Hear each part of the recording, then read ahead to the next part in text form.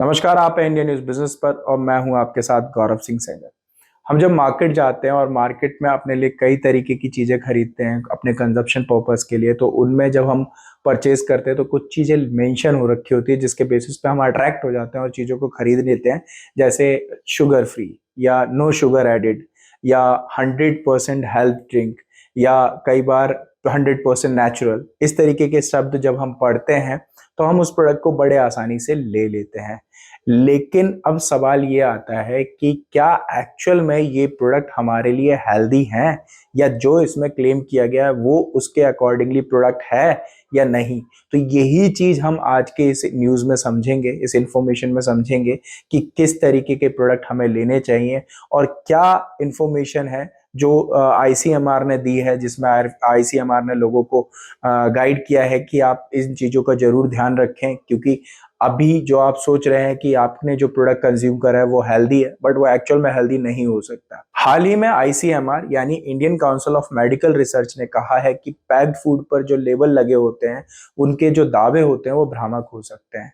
साथ ही health research body ICMR ने यह भी कहा है कि कंज्यूमर को जो पैक्ड फूड पर इंफॉर्मेशन दी जाती है उसको बड़े ध्यान से पढ़ना चाहिए, ताकि उन्हें इस बात की इंफॉर्मेशन हो कि कौन सा प्रोडक्ट उनके लिए हेल्दी है और वो सही हेल्दी प्रोडक्ट को चूज कर सके।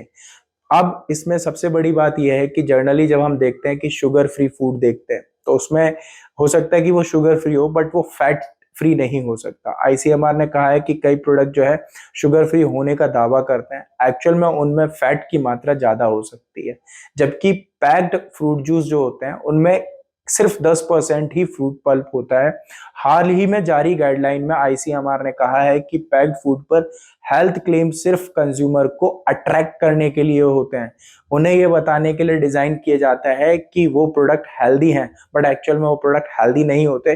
वो सिर्फ कंपनी की तरफ से उनकी सेल्स को प्रमोट करने का एक तरीका है, ताकि उनके प्रोडक्ट जो हैं वो ज्यादा से ज्यादा सेल हो सके। आईसीएमआर के अंडर में Hyderabad based national institute of nutrition ने भारतीयों के लिए डाइटरी गाइडलाइन जारी की है। अगर हम इस गाइडलाइन के अकॉर्डिंग बात करें तो food safety and standard authority of India यानी एफएसएसएआई के तहत कुछ मापदंड रखे गए हैं, लेकिन जो लेबल पे इंफॉर्मेशन दे रखी होती है वो भ्रामक हो सकती है।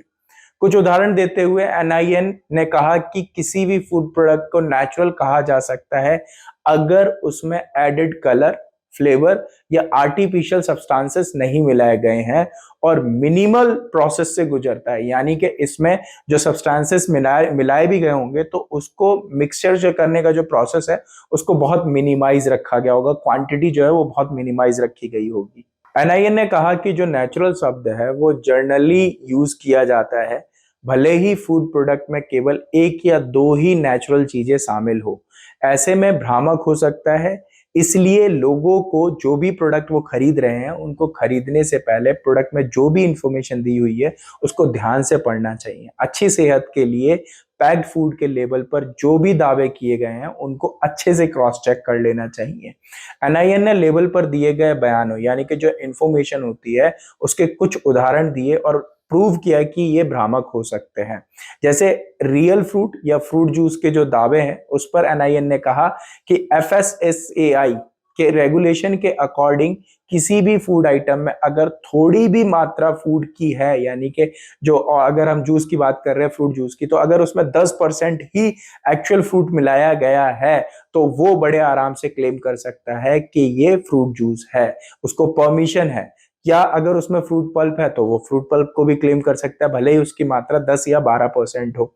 इसके अलावा एनआईएन ने कहा कि मेड विद होल ग्रेन या फिर ऑर्गेनिक या फिर शुगर फ्री जैसे दावे जो हैं वो भी भ्रामक हो सकते हैं, क्योंकि सेम तरीका इनमें भी लगाया जा सकता है।